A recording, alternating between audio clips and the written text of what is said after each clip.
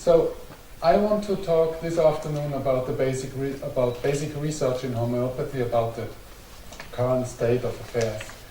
And as a short introduction, as Tom has already mentioned, I want to stress that I think it's quite clear that homeopathy is a medical method which leads to a high customer satisfaction in daily practice. There are many so-called real-world effectiveness trials that investigate the customer satisfaction, and the interesting results of these trials are that the patient-rated effectiveness is rated, let's say, equal or even higher than conventional medicine in all these core trials.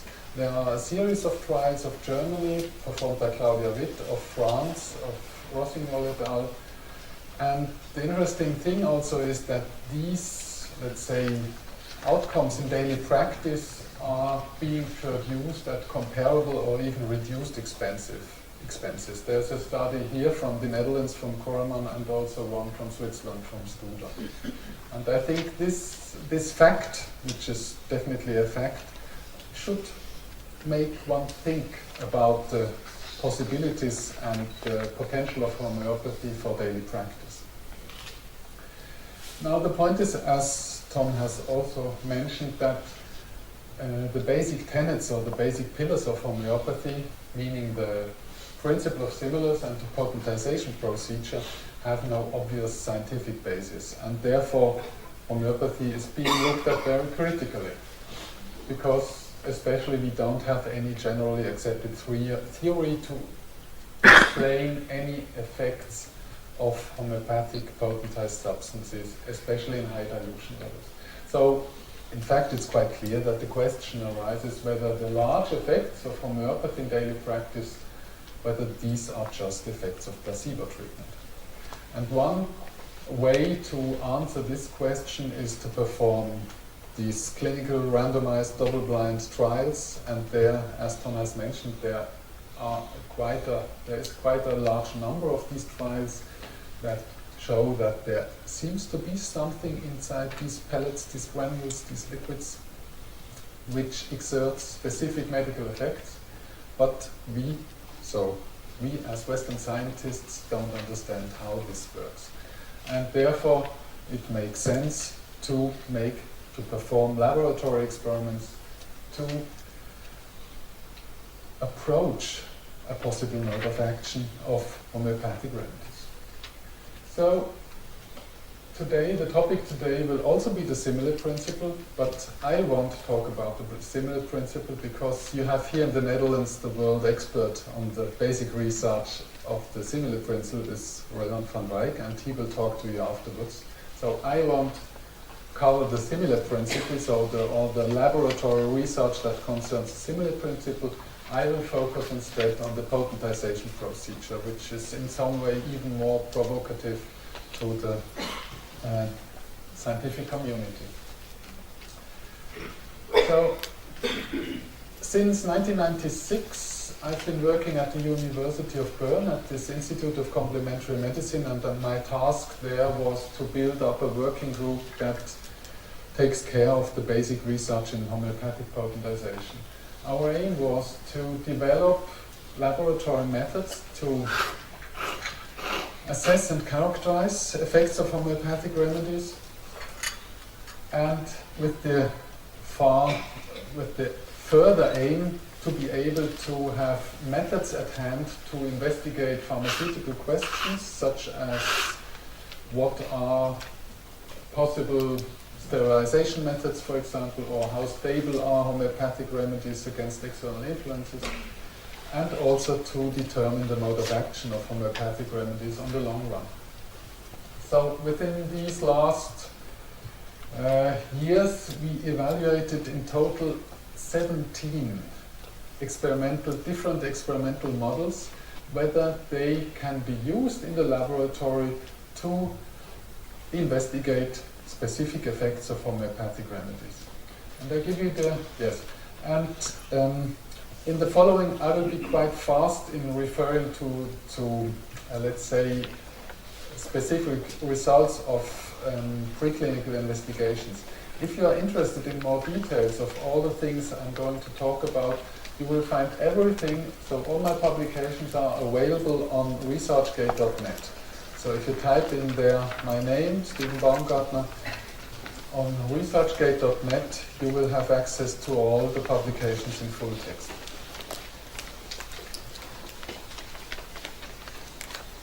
Okay, so these 17 models, I don't expect you don't have to read all this list. I just want to give you an impression that these are 17 different experimental models, and the, in some way, interesting, maybe astonishing, maybe not so astonishing fact is that 13 out of these 17 models did detect specific effects of homeopathic remedies in the laboratory. So 13 out of 17 models, there we found empirical evidence for specific effects of homeopathic remedies in the laboratory.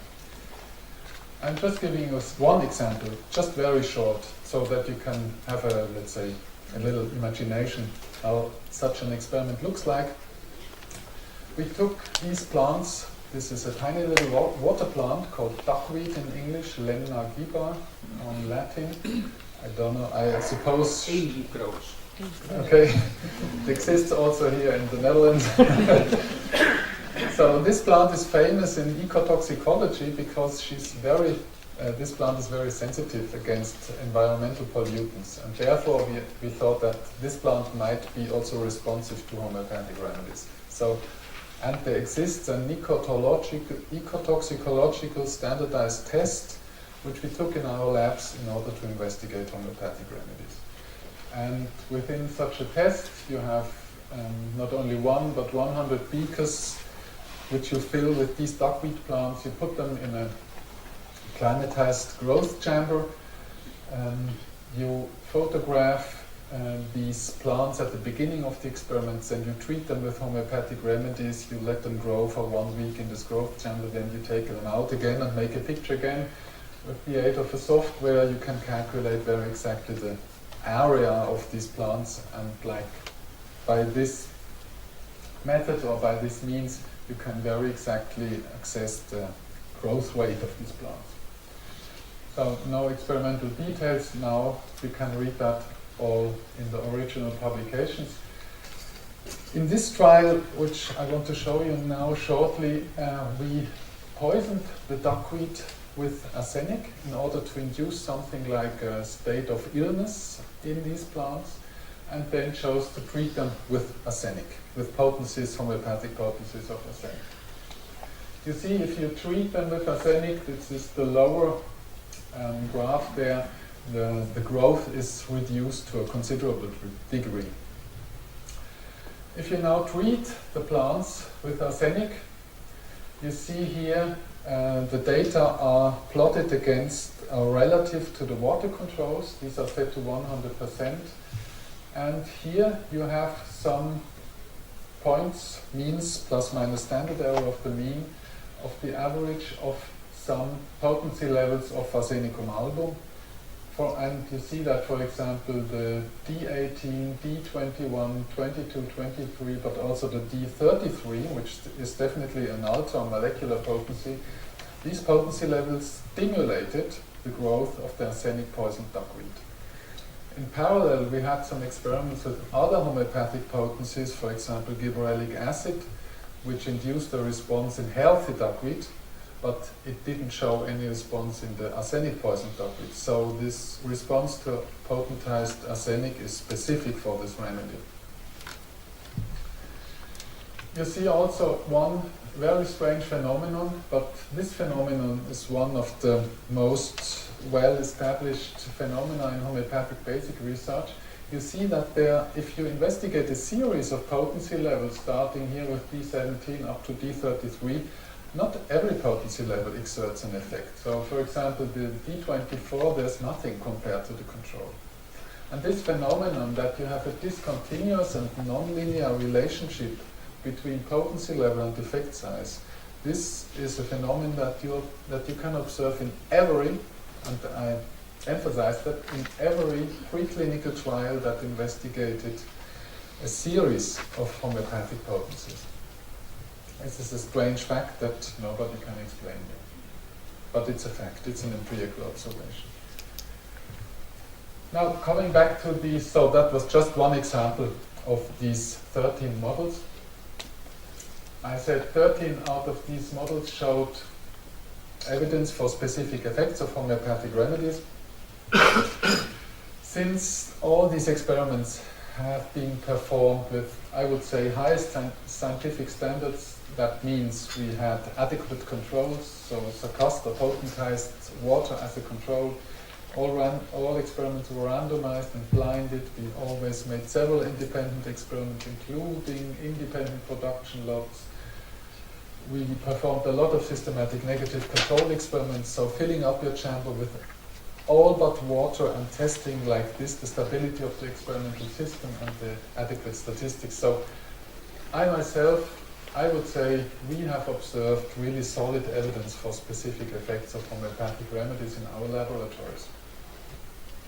Maybe I should add that I'm a physicist by formation, and my aim was just simply to find out, is there evidence, is there empirical evidence for homeopathic effects, yes or no? And in some way, after having carried out research for more than 15 years, I would answer this question with yes. But there are also a lot of open questions which I want to discuss with you now. So one phenomenon is that you, and these are these 9 of these 13 models, that you observe a high variability in the response of the experimental system.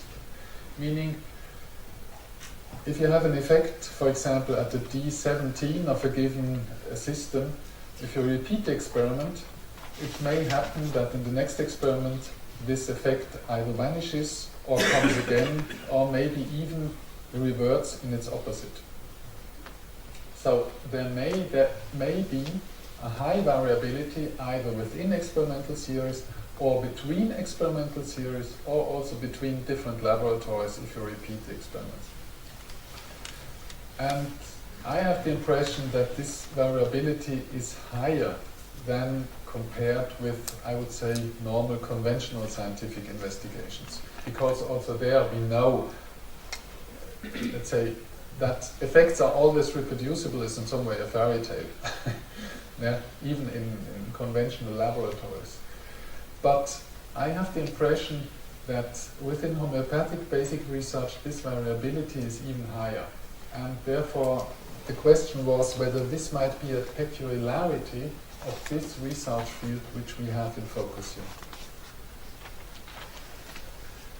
So we ask ourselves, is this specific for this homeopathic basic research field? And we made, let's say, a big literature overview and tried to find all independent reproductions of homeopathic basic research. So this study was based on more than 1,000 publications, which you can find mainly in the Hombrex database. So if anyone of you is interested in basic research, this Hombrex database, which is maintained by the Carstens Stiftung in Germany, has the best collection of all homeopathic basic research trials. So if you type in homeopathic basic research in PubMed or in another normal database, you won't get many hits. So because there are many publications that are not indexed. So if you want to find something, have a look in there. When we did this survey, we found, published in 2010, that there are 7 models that could be even externally reproduced with significant effects. So externally reproduced means one research group in Italy performs an experiment, publishes this, and another independent research group in Germany or in the Netherlands or in Switzerland takes up this model in their labs, gets a result and says, okay, it's also working. So there's something happening. So, and this magic number of 7 is in some way good news, because let's say in 10 years ago, in the year 2000, there was no model. So we have made substantial progress in the last years regarding basic research in homeopathy. But, and that's the other information of this review, there seems to be no experimental model, even amongst these 7, that yielded really identical results. You have similar results, but not identical results. You may have some changes. For example, as I showed you before, the active potency levels in this potency curve, they may vary to some extent if you reproduce the experiments in another lab, for example. So, the question really is, what reasons might be responsible for this variability in the results?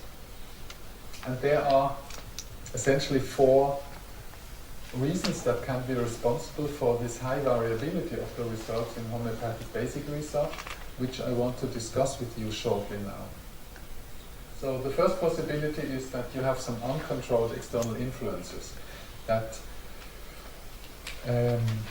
are interpreted as treatment effects. So, for example, this growth chamber is not entirely homogeneous. In one corner it's warmer and wetter than in the other corner, and if you then observe an effect of the homeopathic treatment, it's not due to the homeopathic treatment, but due to an artifact. So this is called a false positive result. These things can be controlled by systematic negative control experiments, and that's why we did that in all our investigations. So we are quite sure that we don't have these artifacts in our data. But you really have to control these in any experiment in homeopathic basic research. Another point is that you could have some unknown and therefore uncontrolled parameters that influence the effects of potentized substances or homeopathic potencies.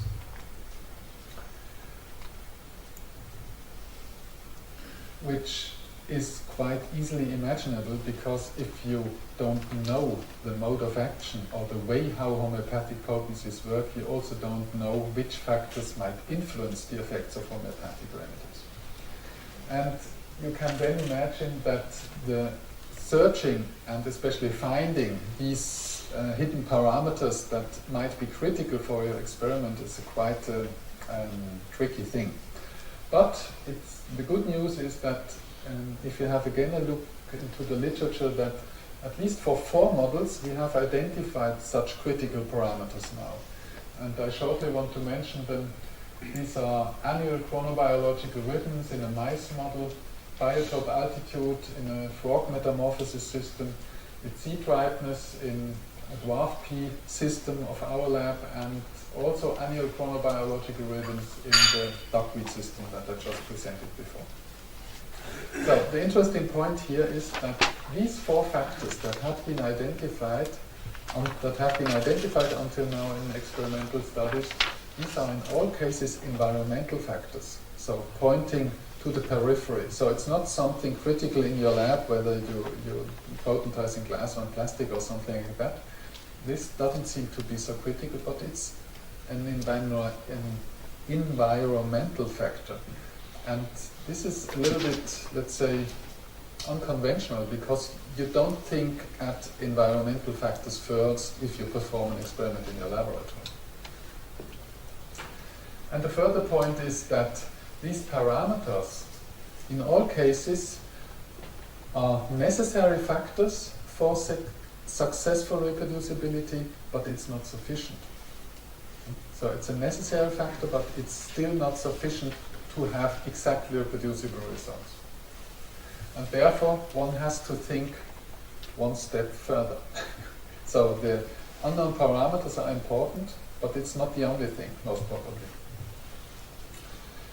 The third possibility is that the outcome parameters, or what we measure, is not appropriate to that what we are going to study.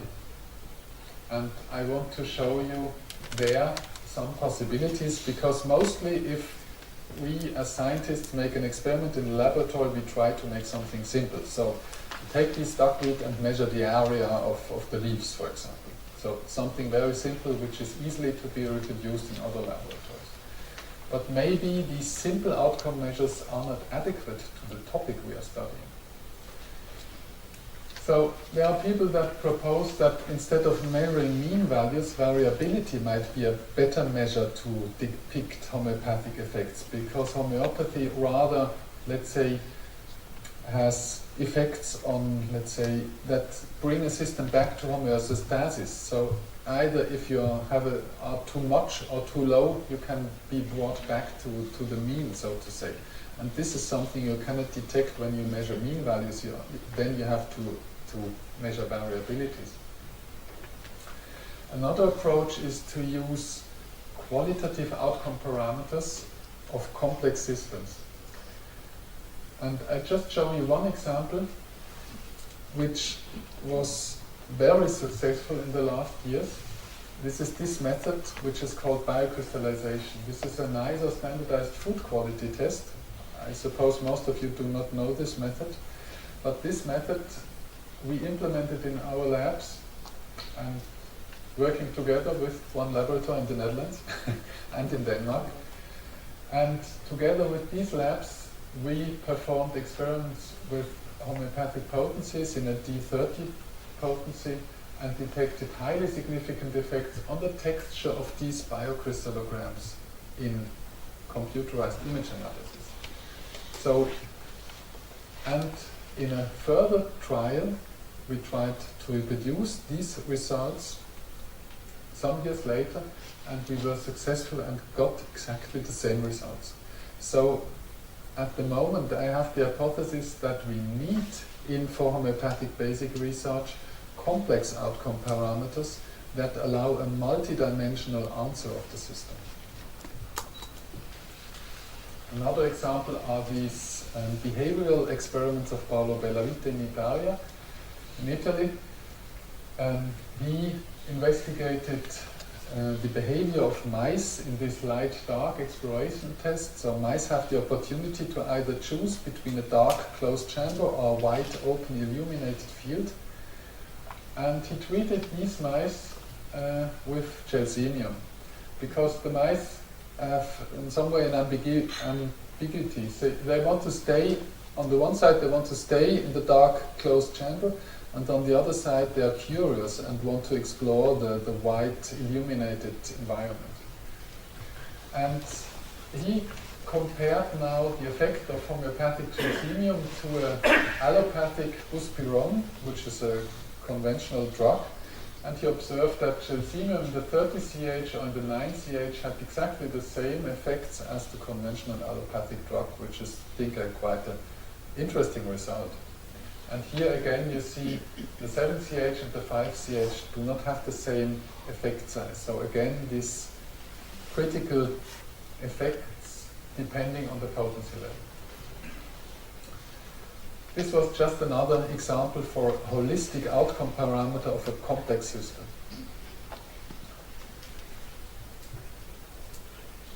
And this is one more observation we made in our experiments. These 17 experimental systems are in some way, let's say, ordered according to the system complexity. And what we observed was that the more complex a system, the larger was the effect size of the homeopathic treatment. So if we use cancer cells or microorganisms, you more or less didn't get any effect of homeopathic treatment. So it was about 0 to 1%. If we use plants, we got up to 10% response. If we use plant pathogen systems, so interactions of plant with insects, for example, we get responses up to 20%. If you have a look into the literature, with animal systems you can get response rates up to 20 and 30%, and in good clinical trials with humans you can get response rates up to 50%. So you have this hierarchy, I would say, of different systems, and for me it's quite clear that the more complex a system, the higher the response rate to homeopathic remedies. And that's an important thing, because if you start to design experiments as a normal scientist, today you just simply start with the most simple things, which are cell lines or microorganisms in a microtiter plate. But this doesn't help you, according to my belief, anything in homeopathic basic research. Just another example for this phenomenon Wayne Jonas in 2006 published in Integrative Cancer Therapies a study with male rats that had been injected with prostate tumor cells. And they were treated with homeopathic remedies, and they observed in vivo a reduction of the tumor incidence and the tumor volume of 20 to 40%. But when they treated the cells, the cancer cell lines, with the same homeopathic remedies, they didn't observe anything. So that means that the effect of the homeopathic treatment wasn't directed against the cancer cells, but helped the organism, the mice, in order to cope with this external stress. So that means, and SAR 2013 had more or less the same results published in BMC, Complementary and Alternative Medicine. So it seems that the biological mode of action of homeopathic remedies is not primarily at the cellular level, but at the superordinate organizational level. I want to stress that this holds true, that this is important for potentization research. I think Roland will tell another story about a similar principle where this doesn't hold true, but you didn't work with potencies but with dilutions, therefore it doesn't make, therefore it's not a problem. But just to tell, this is only primarily important for potentization research. So, to come to a first summary, I would say that results from really high quality laboratory trials, and these are not only our trials but also from our colleagues around the world, they really support the notion that highly potentized homeopathic remedies may exert specific effects if you got the right system. You have this strange phenomenon of these active and inactive potency levels. Again, the effect size of the homeopathic treatment seems to increase with the complexity of the system, and we have this still high variability in the results. Now, how to move on? So that's, I would say, the state at the moment, and how to move on, because I think we gained a lot of knowledge in the last years, and I think it's very promising to move on here. I think the two most important points are two things. First, to further develop promising models, and second, to get the mode of action of homeopathic remedies. And I want to mention some points regarding these two items here.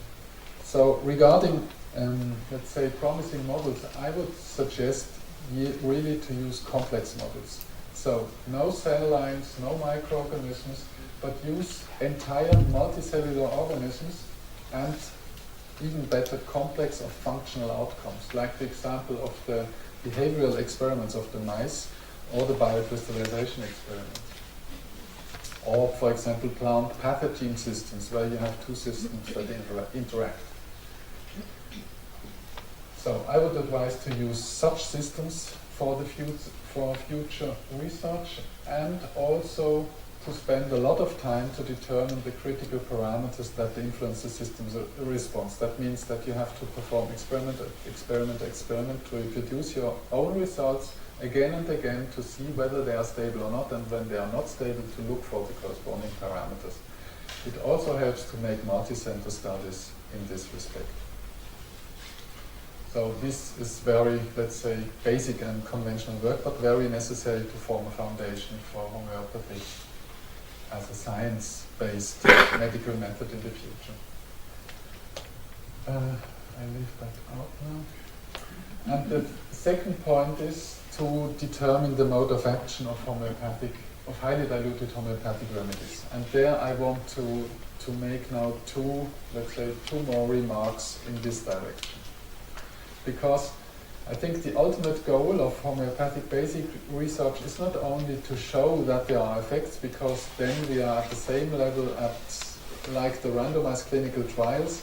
You see, okay, there are some effects, but nobody understands it, so we are more or less at the same level. According to my experience, the most important thing is to begin to understand how homeopathic remedies work. Because only then we will be able to really integrate this method into, let's say, public health care within Europe or all over the world. Now, what what directions can we think of in identifying the mode of action? We know that there are some theories that hypothesize the stable water clusters within homeopathic remedies. So you may know the water molecule looks like this. I think every one of you saw that in textbook. And you know that within liquid water, these water molecules are not on their own, because then there would be vapor. But within liquid water, they have these hydrogen bonds tying together. And Kees will tell you much more about water than I can do at the moment. I will just stress one point, which is important for the context here. So, and there are more complex arrangements of these water molecules that are called water clusters, maybe even very complex one. But the important point here to consider is that these water clusters are not static, so they are not stable. Meaning that the reorientation time of water molecules within these clusters is 10 to the minus 11 seconds. So the number, so it's a huge number times per second where these molecules reorientate themselves in these clusters. And this is only a factor of 10 larger than free water. So these water clusters exist. This is not an invention of some esoteric pseudo-physicists, but you have to think them as being dynamic, not static water clusters. And this makes it difficult to store information. And also, no evidence has been found until now for stable water clusters within homeopathic remedies. There are two careful studies, one by Abel and one by Enig in 2001 and 2004, and they did not find, though they looked very carefully, they didn't find any evidence for stable water clusters. But, on the other hand, there are some interesting results with other methods, because you cannot only measure within liquid water stable water clusters, you can also try to measure the molecular dynamics or the movement of the molecule. And there the interesting thing is that there are several experimental investigations with either NMR relaxation time measurements or UV spectroscopy or thermodynamical measurements that all point to the fact that we might have an increase in water molecule dynamics within homeopathic remedies. This is something which contradicts the model of stable water clusters in some way, but all experimental data we have so far point in the same direction. And this is interesting because these three methods are totally independent from each other, and this is, I think, really definitely a hot track to follow. So one can put up the hypothesis of a non-thermal energy field within homeopathic remedies that might serve as a carrier of the homeopathic information. How this energy field is sustained is a very tricky scientific question, because you would expect that due to thermal movement that this energy field should be deleted within seconds. But if you measure homeopathic remedies with these methods, you definitely get differences to succus controls, for example. So there is something. Interestingly, this hypothesis might remind in some way of a wording by Hahnemann, who talked about the dynamizations of crude substance. But maybe that's just the next. But if you are thinking about a possible mode of action, why don't we ask, or have a look, why don't we ask the inventor of homeopathy, Hahnemann himself, what he thought about what is active within homeopathic remedies. And I just brought along to you a translation from the German into English. So he wrote, the homeopathic system of medicine develops the inner spirit-like medical powers of the crude substances by a peculiar procedure, the potentization, which develops latent, hidden dynamic powers of the crude substances into spirit-like medical power, which is in itself not perceivable with our senses, but for which the globule becomes the carrier and manifests the healing power of this invisible force. So this might sound for our ears today quite esoteric. But if you have a look into what he understands by spirit-like, so in German it's geistartig, then this means nothing else than a physical force, because a physical force like electromagnetism or gravity is also something immaterial or geistartig or spirit-like in his words. Because the gravity that holds you all on your chairs here is nothing material. It's an immaterial relationship between you and the earth. And there is no theory whatsoever within physics that can explain gravity in terms of a material interaction. So Hahnemann had the idea that the effects of homeopathic remedies are comparable, though not identical to, the effects of physical anorganic forces, meaning that there is no material contact necessary to transmit the effect of homeopathic remedies from the remedy to the patient. This again sounds very peculiar, speculative and esoteric, but if you think as a physicist and just simply take this as a hypothesis, you would deduce from this hypothesis that actions at a distance might be possible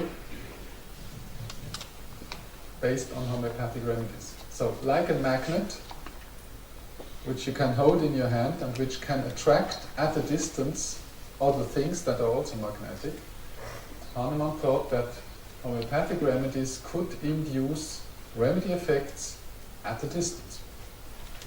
And this is in principle a hypothesis you can investigate in the laboratory. Important to notice is if we have such a force or energy field, that this may lead to cross-contamination within preclinical as well maybe as clinical trials. So if you store, for example, in a clinical trial your remedy in the pharmacy,